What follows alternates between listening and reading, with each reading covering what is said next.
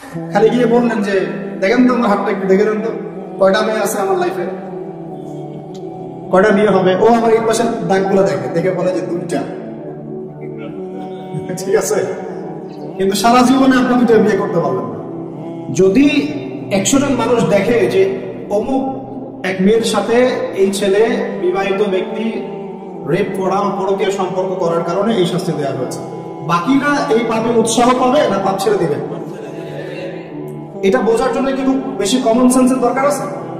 একজন ধরেন সমকামিতা করেছে, শাস্তি দেওয়া হবে মৃত্যুদণ্ড, ইসলামের বিধান। এখন বাকিরা দেখলো, তারা কি উৎসাহ পাবে না ওটা ছেড়ে দিবে? হত্যার বদলে হত্যা, কেউ যদি কারো চোখ উপড়ে ফেলে তারও চোখ উপড়ে ফেলতে হবে, কোরআনের বিধান। কেউ যদি কারো কান কেটে ফেলে ওরও কান কেটে ফেলতে হবে। দাঁত ভুসি মেরে ভেঙে দিয়েছে, ওরও দাঁত কি করবে? ভেঙে দেবে। জান নিয়ে নিয়েছে, জানের বদলে জান। এই বিধান যদি সবাই দেখে তাহলে কি পাপ বাড়বে? হত্যাকাণ্ড বাড়বে না কমবে? এখন আমাকে বলেন তো, বর্তমান প্রচলিত যে বিষয়গুলো চলছে পুরো বিশ্বে, আমি বাংলাদেশ নিয়ে কথা বলি না, কারণ আমাদের চিন্তা বিশ্ব নিয়ে। কি নিয়ে? আল্লাহ পাকের আমার এটা কি গৈরব না? আল্লাহ পাকের ভৈরবের কোনো পরোয়া নাই তো, আল্লাহ পাকের ঢাকার কোনো পরোয়া নাই, আল্লাহ পাকের বাংলাদেশের কোনো পরোয়া নাই, আল্লাহ পাকের পাকিস্তানের কোনো পরোয়া নাই, আল্লাহ রাব্বুল আলামিনের কোন দেশের মানুষের উপরে আল্লাহ পাকের কোনো পরোয়া নাই। আল্লাহ সুবহানাহু ওয়া তাআলা চাইলে ইসলাম ইয়েমেনে কায়েম করতে পারেন, সিরিয়াতে করতে পারেন, অস্ট্রেলিয়ায় করতে পারেন, ওই আমেরিকায় করতে পারেন, রাশিয়াতে করতে পারেন। কার হাতে ক্ষমতা? আল্লাহ পাকের কোনো পরোয়া নেই আমাদের। আমরা যদি আমাদের কাজ ঠিকঠাক মতো করি আমরা সফল হব, যদি না করি আমাদের লস। আল্লাহ রাব্বুল আলামিনের লস বলতে কিছু নাই আছে, আল্লাহ পাকে কিচ্ছু যায় আসে না, আমরা জাস্ট একটা সুযোগ পেয়েছি মাত্র। এই জন্য আমাদের মূল জায়গাটা হচ্ছে জেরুজালেম। মূল জায়গাটা কি? ওইখান থেকে পুরো বিশ্ব ইসলামিক খেলাফতটা কায়েম হবে সামনে, এটা হাদিসের মধ্যে আসছে। এবং আমাদের কন্টিনেন্টের মধ্যে খোরাসান একটা বরকতময় জায়গা। এটা কোন জায়গা সেটা আপনারা স্টাডি করে দেখে নেবেন। নবী সাল্লাল্লাহু আলাইহি ওয়াসাল্লাম হকপন্থীদের একটা জামাত এখানে থাকবে এমনটা হাদিসে পাওয়া যায়। এবং তারা যুদ্ধ করতে করতে করতে করতে শেষ পর্যন্ত বাইতুল মুকাদ্দাস জয় করবে ইনশাআল্লাহ। এটা হতে যাচ্ছে। তাহলে আমরা কিন্তু হকের অনেক কাছাকাছি আছি। আমরা যদি সুযোগ নষ্ট করি এটা আমাদের ব্যর্থতা, আল্লাহ পাকে কোনো কিছু যায় আসে না। আপনি সিজদা করেন বা না করেন। একজন আলেম আমাকে বলেছিলেন, ওনার কাছে দার্স নিচ্ছিলাম, তিনি বলছিলেন যে এই যে রাস্তার মধ্যে আমরা যখন হাঁটি একটা পোকা পড়ে আছে, ধরেন একটা ফল পড়ে আছে, ফলের মধ্যে পোকা ধরে গেছে, বাজার করতে গিয়েছে একটা ফল দেখছেন পোকা পড়ে গেছে। এমনকি আমরা ওয়াশরুমে যাই, ওয়াশরুম যদি মাইক্রোস্কোপ দিয়ে দেখেন ব্যাকটেরিয়া আছে না নাই? আছে না? ওরা পর্যন্ত আল্লাহর তাসবিহ পাঠ করে, সুবহানাল্লাহ। আল্লাহ পাক তো আমার নামাজের মুখাপেক্ষী না, আল্লাহ পাক তো আপনার নামাজের মুখাপেক্ষী না। আপনি পড়ছেন না, আপনি হতভাগা। এই আসমান জমিনের সবাই আল্লাহর তাসবিহ পাঠ করছে। আমার আল্লাহ এত বড়, আমাদের আল্লাহ এত বড়, এত মহান, পুরো মহাবিশ্বের সমস্ত সৃষ্টি আল্লাহর তাসবিহ পাঠ করছে। আমরা না করলে কি যায় আসে? আমরা তাসবিহ তাহলিল না করলে, কোরআন তেলাওয়াত না করলে, সালাত না পড়লে, তাহাজ্জুদ গোসল না হলে, হালাল না খাইলে আল্লাহ পাকে কিছু যায় আসে না? যায় আসে? এটাই যদি ফিল করেন তাহলে ইনশাআল্লাহ আপনি মাথাটা নত করে আল্লাহর কাছে ফিরে আসবেন। অনুভূতিটা জাগ্রত করার চেষ্টা করছেন। আরেকটা অনুভূতি নেবেন বাসায় গিয়ে। এবার এগুলো আমরা ভাবি, এভাবে ভাবার চেষ্টা করি। এই যে আমরা এখানে বসে আছি, ধরেন 5000 মানুষ, কথার কথা, মনে করেন আমরা কেউই দুনিয়াতে নাই। এই দুনিয়ার ঘূর্ণন থেমে যাবে কিনা? থেমে যাবে? এই দুনিয়া ঘুরবে না ঘুরবে না? রাত দিন আসবে না আসবে না? আমাদের পরিবার থাকবে না থাকবে না? মাঝখান থেকে আমরা আমাদের সময়টা এবং সুযোগটা নষ্ট করলাম। অতএব এত চিন্তা বাদ দেন, চাকরির কি হবে, ব্যবসার কি হবে, আমার মা বোনের কি হবে, আমার পরিবারের কি হবে, আমার এটা কি সেটা কি, সব চিন্তা বাদ দেন। আপনি আগে চিন্তা করেন যে আমরা দুনিয়াতে কিভাবে আল্লাহর দ্বীন পালন করবো, কিভাবে পরকালে নাজাত পাবো। আগে নিজের চিন্তা করেন। আমরা তো মানুষের চিন্তা করে করে লাইফ নষ্ট করে ফেলে দিলাম। এখন আপনারা শিক্ষা নিচ্ছেন না দিনে। কেন শিক্ষা নিচ্ছেন না? কারণ আপনারা চিন্তা করেন যে একটা সার্টিফিকেট দরকার, চাকরি পেতে হবে। এই ফ্লোতে যেতে যেতে আপনার 20 বছর 25 বছর চলে যাবে, পরে আফসোস করবেন। ওই সার্টিফিকেট আপনি কার জন্য চান? নিজের জন্য, একটা ভালো মেয়েকে বিয়ে করতে চান, হালাল খাইতে চান, এই তো আপনার সন্তানের ভবিষ্যৎ চান। এটাই তো আমাদের গোল, নাকি? আল্লাহ পাক এগুলো করতে নিষেধ করেন নাই, কিন্তু দিনের শিক্ষা এবং আমল বাদ দিয়ে নয়। আমরা এখন এই দুনিয়ার পিছনে ছুটতে ছুটতে আল্লাহকে ভুলে যাই, রাসূলকে ভুলে যাই, নামাজকে ভুলে যাই, কোরআনকে ভুলে যাই। এইটাই সবচেয়ে সমস্যা আমাদের, এইটাই সবচেয়ে বড় সমস্যা। যে যুব সমাজ সালাত আদায় করছে না, এরা আল্লাহর জন্য জিহাদ করবে? কোশ্চিন কালেও না। যে যুব সমাজ কোরআন তেলাওয়াতই করতে জানে না, আবেগে খালি বলতে পারে যে হ্যাঁ কোরআনের জন্য জান দিতে প্রস্তুত, কিন্তু পারবে না কেন? যে যুব সমাজ হারাম সম্পর্ক থেকে বের হতে পারছেন না, কিভাবে চিন্তা করলেন যে আপনি বাইতুল মুকাদ্দাস জয় করবেন? যে যুব সমাজ সুদ ছাড়তে পারতেছে না, পাবজি ফ্রি ফায়ার ছাড়তে পারতেছে না, সমকামিতার দিকে ধাবিত হচ্ছে, ট্রান্সজেন্ডারের দিকে ধাবিত হচ্ছে, ফ্রি মিক্সিং অ্যাভেলেবল, এই যুব সমাজ বাইতুল মুকাদ্দাস জয় করবে না। কোন যুব সমাজ করবে আমি পরে আসতেছি ওই দিকে। আগে বোঝেন এই সিচুয়েশনে এইভাবে হবে না ভাই। আর একটা চিন্তা আমরা বাদ দিব, কোন রকম পাস করার চিন্তাটা বাদ দিব। আমাদের সবার একটা চিন্তা হয়ে থাকে, কি চিন্তা? কোন রকম পার পাইলেই পা। চিন্তা করি যে কোন রকম যদি বাঁচতে পারি তাই নেই। সাহাবায়ে কেরাম এইভাবে চিন্তা করতেন না, তাবেঈন ইসলাম এইভাবে চিন্তা করতেন না, তাবেঈন, চার ইমাম, আমাদের খোলাফায়ে রাশিদিন, এই আইম্মাতুল মুজতাহিদ, তারা এইভাবে চিন্তা করতেন না। তারা চিন্তা করতেন আমি মানে নরমাল মুসলিম হব না, আমি এক্সট্রা অর্ডিনারি মুসলিম হব। একটা নরমাল মুসলিম। আল্লাহ পাক আমাদেরকে কিন্তু এক্সট্রা অর্ডিনারি হতে বলছেন, সূরা মুলকের মধ্যেও আছে কিন্তু, তাবারাকাল্লাযী বিয়াদিহিল মুলক ওয়া হুয়া আলা কুল্লি শাইইন কাদির আল্লাযী খালাকাল মাউতা ওয়াল হায়াতা লিয়াবলুয়াকুম আইয়ুকুম আহসানু আমালা। এই যে কথা বলছি, আল্লাহ পাক জীবন মৃত্যু সৃষ্টি করেছেন, আল্লাহ পাক দেখতে চান, লিয়াবলুয়াকুম, তোমাদেরকে পরীক্ষা করতে চান, আইয়ুকুম, তোমাদের মধ্যে কে, আহসানু আমালা, আমলে আহসান কে, সবচেয়ে ভালো কে। আল্লাহ পাক দেখতে চান না যে গরু খাওয়া মুসলিমকে, কে জুমায় জুমায় নামাজ পড়তে যায়, ঠিক আছে, কে খালি ঈদের নামাজ পড়তে যায়, কে খালি নামাজ পড়ে আবার সুদও খায়, যে এবার যাকাতও দেয়, এদিকে দুর্নীতিও করে, উমরা হজ করে আবার এদিকে মানুষের হক নষ্ট করে। এইটা আমরা দেখতে চান না। আল্লাহ পাক দেখতে চান আমলের শ্রেষ্ঠকে, মানে ক্লাসে ফার্স্ট কে হয়। এই উম্মতের দায়িত্ব বাংলার জমিনে 8-10 জন 20 জন আলেম, 10 জন দায়ী, 10 জন মাদ্রাসা শিক্ষক, তাদের উপরে নয়। দিনের যদি দিনকে মহব্বত করেন, ভালোবাসেন, দিনের বিজয় চান, প্রত্যেকের দায়িত্ব আছে, প্রত্যেকের দায়িত্ব আছে। আপনারও তো দায়িত্ব আছে। আপনাকে আল্লাহ মান সম্পদ দিয়েছেন, ওইটা দিয়ে আপনি দিনের জন্য কি করলেন আল্লাহ দেখতে চান। আল্লাহ পাক আপনাকে জ্ঞান দিলেন, প্রজ্ঞা দিলেন, আপনি ওইটা দিয়ে দিনের জন্য কি করবেন আল্লাহ পাক দেখবেন তো। আল্লাহ পাক আপনাকে লেখার ক্ষমতা দিয়েছেন, কতটুকু লিখলেন আল্লাহ পাক দেখবেন। আল্লাহ পাক বলার ক্ষমতা দিয়েছেন আপনাকে, আপনি ভালো বলতে পারেন, কতটুকু হক বললেন আল্লাহ পাক দেখবেন। আল্লাহ পাক আপনাকে সামাজিক, অর্থনৈতিক, রাজনৈতিক ক্ষমতা দিলেন, আল্লাহ দেখতে চান আপনি এটা দিয়ে দিনের জন্য কি করেন। অন্যথায় আল্লাহ পাক এটা কেড়ে নিতে সময় লাগবে না, এক মুহূর্তে আল্লাহ পাক কেড়ে নিতে পারেন। পৃথিবীতে নমরুদের নামও কেউ স্মরণ করে না, এখন ফেরাউনের নামও কেউ স্মরণ করে না, স্মরণ করলেও নেগেটিভলি স্মরণ করে, অভিশাপের সাথে স্মরণ করে, তাই না? প্রশংসা হিসেবে স্মরণ করে। কত শত সম্প্রদায় আল্লাহ পাক বলেছেন, ওয়ালাকাদ আহলাকনা ক্বাবলাহুম মিনাল কুরুন, কত সম্প্রদায় আমি ধ্বংস করে দিয়েছি তোমাদের আগে। কত সম্প্রদায় ছিল, লক্ষ লক্ষ কোটি কোটি সম্প্রদায়কে আমি ধ্বংস করে দিয়েছি তোমাদের আগে। নাই, তাদের শব্দও কি তোমরা শুনতে পাও? শব্দও শুনতে পাও না।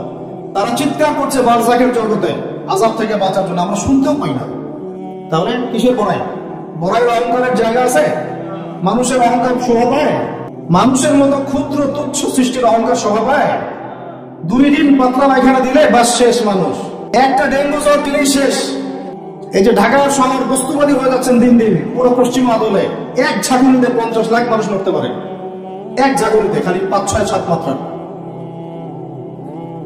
মানুষকে আল্লাহ পাক ছোট্ট একটা ক্যান্সারের ভাইরাস দিয়ে শেষ করে ফেলতে পারে, সামান্য একটা মহামারীর বাতাস দিয়ে লাখ লাখ মানুষকে মারতে পারে। মানুষের অহংকার স্বভাবে কোন মানুষ নামাজ পড়ে না চিন্তা করেছেন?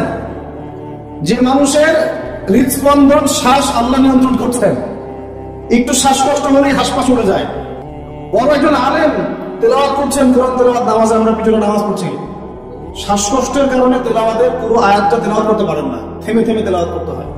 তখন আমার মনের মধ্যে চিন্তা আসছে, সুবহানাল্লাহ, এত বড় আলেম, আল্লাহ পাক তাকে এইভাবে এইভাবে শ্বাসকষ্ট দিয়ে পরীক্ষা করছেন, অথচ আল্লাহ পাক আমাকে এখান থেকে মুক্ত রাখছেন, আমি তো তার মতো তেলাওয়াতও করি না।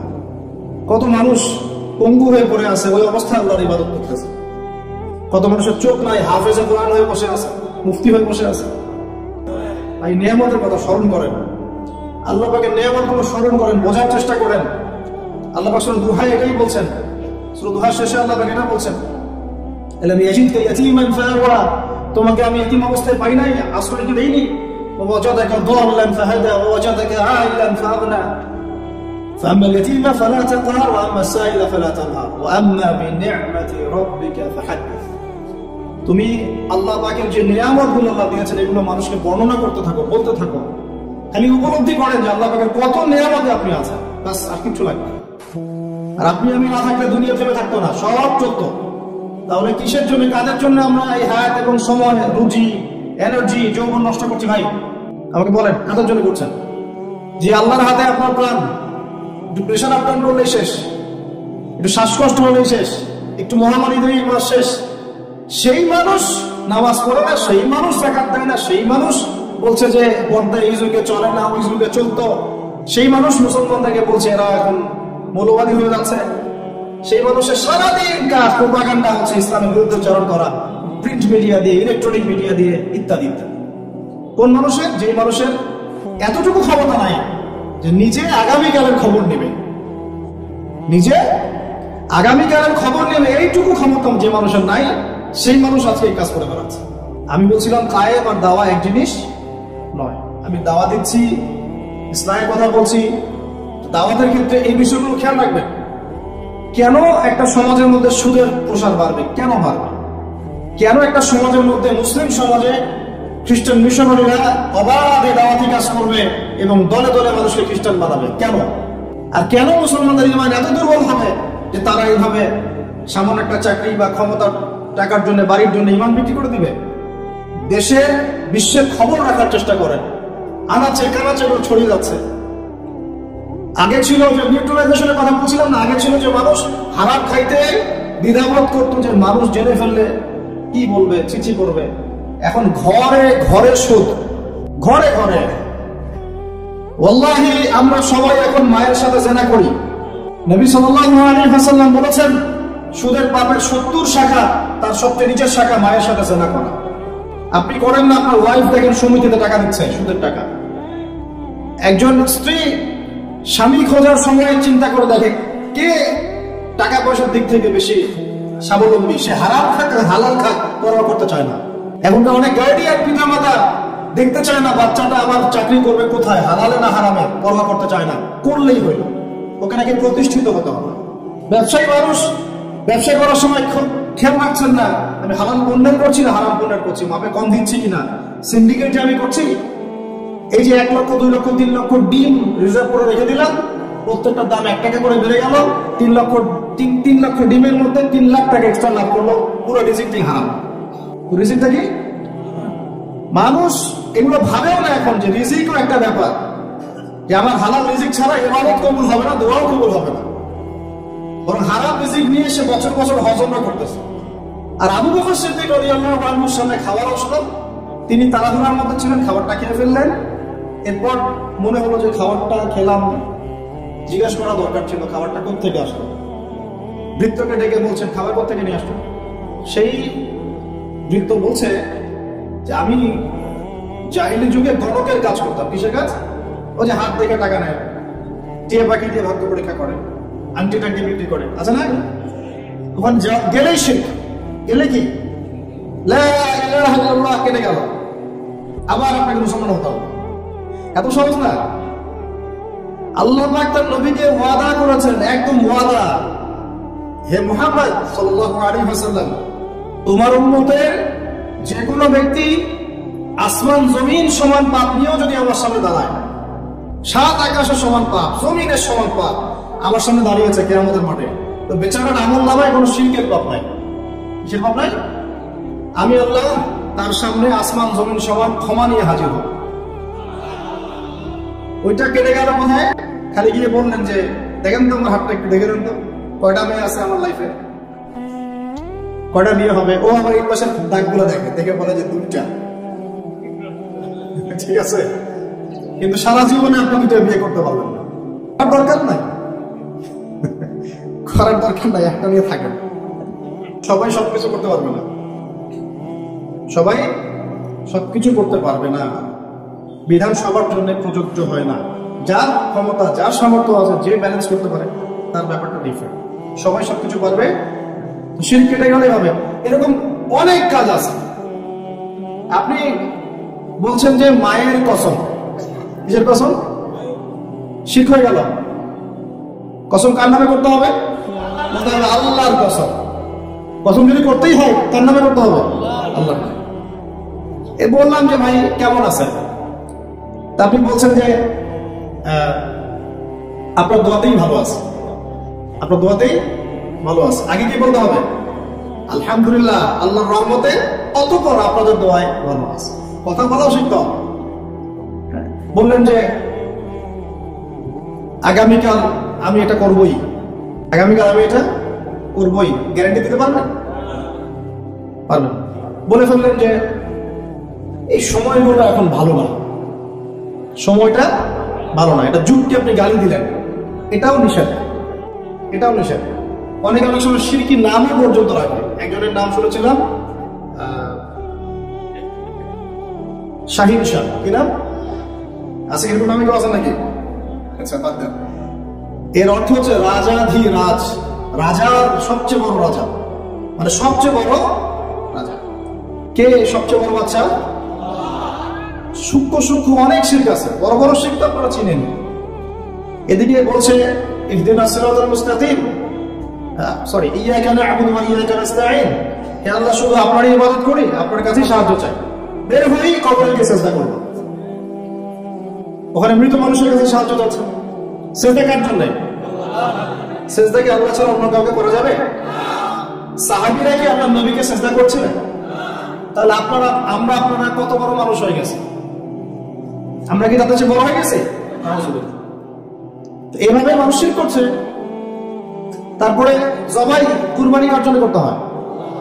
মানুষ তো অনেক সময় দেখা যায় যে জীবিত মানুষ মৃত মানুষের জন্য কুরবানি করছে। এখন গ্রামে গ্রামে ছড়িয়ে পড়তেছে কবিরাজি, তান্ত্রিক, কবিরাজ, বান মারা, টোনা, এইগুলা। যে করবে সেও মুশরিক, যে ওখানে গিয়ে ধন্না দেয় সেও মুশরিক। হ্যাঁ, যে করবে সে তো মুশরিক হয়ে গেছেই। আর যে কি ধন্না দিচ্ছে যে আপনি আমাকে এগুলা থেকে বাঁচান, এবং সে জিনের সাহায্য নিয়ে বিভিন্ন ভাবে এই কাজগুলো করে দিচ্ছে, সমস্যা, ইমান কাটা কেটে গেল। কি করতে পারবেন? কোরআন এবং হাদিস থেকে চিকিৎসা করতে পারবেন, কোরআন সুন্নাহ থেকে চিকিৎসা করতে পারবেন। এগুলো বলার ঠিক না, বা পাবলিকলি বলা হয় উচিত না। এগুলো আমাদের বিরুদ্ধেও করে মানুষ।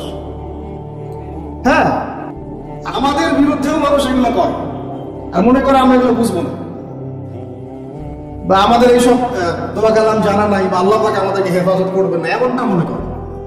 আরে সমস্ত কাফেরকে যদি এক পাল্লা রাখা হয়, আল্লাহ পাকের সূরা ফাতিহাকে এক পাল্লা রাখা হয়, তুমি পারবে নাকি? অযথা এসব পরিশ্রম করো কেন?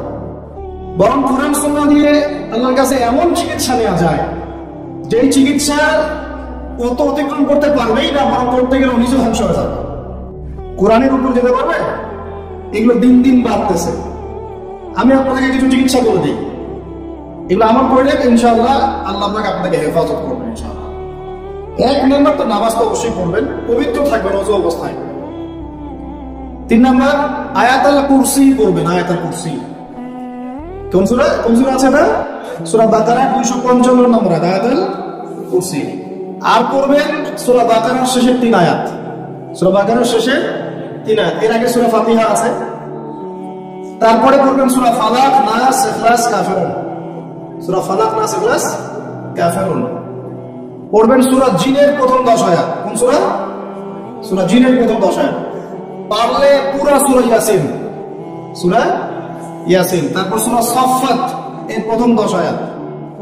এর সাথে সূরা কাহফের প্রথম 10 আয়াত। তারপরে সূরা তাহা, সূরা ইউনুস আর সূরা আরাফ। এই 3টা সূরায় জাদু, বান, টোনার এগুলোর বিরুদ্ধে কিছু আয়াত আছে। যেমন قالوا يا موسى إما أن تلقي وإما أن نكون أول من ألقى قال بل ألقوا فإذا حبالهم وعصيهم يخيل إليه من سحرهم أنها تسعى فأوجس في نفسه خيفة موسى قلنا لا تخف إنك أنت الأعلى وألق ما يمينك تلقف ما صنعوا إنما صنعوا كيد ساحر ولا يفلح الساحر حيث أتى। মানে এগুলো অর্থ জানলে আপনারা বুঝবেন। এগুলো পড়লে এগুলো একদম লোহার তরবারি দিয়ে যেমন আঘাত করা হয়, এভাবে আঘাত করা হয়, সব শেষ হয়ে যাবে ইনশাআল্লাহ। ইনশাআল্লাহ। তো কেউ যদি এগুলোতে আসক্ত থাকেন, এটা শিরক। এটা কি? ওমর রাদিয়াল্লাহু আনহুর যুগে তিনি ফরমান জারি করেছিলেন কেউ যদি জাদুবিদ্যার চর্চা করে তাকে হত্যা করবে, একদম গর্দান নামে কতল করে দিবে। এটা ইসলামিক লস।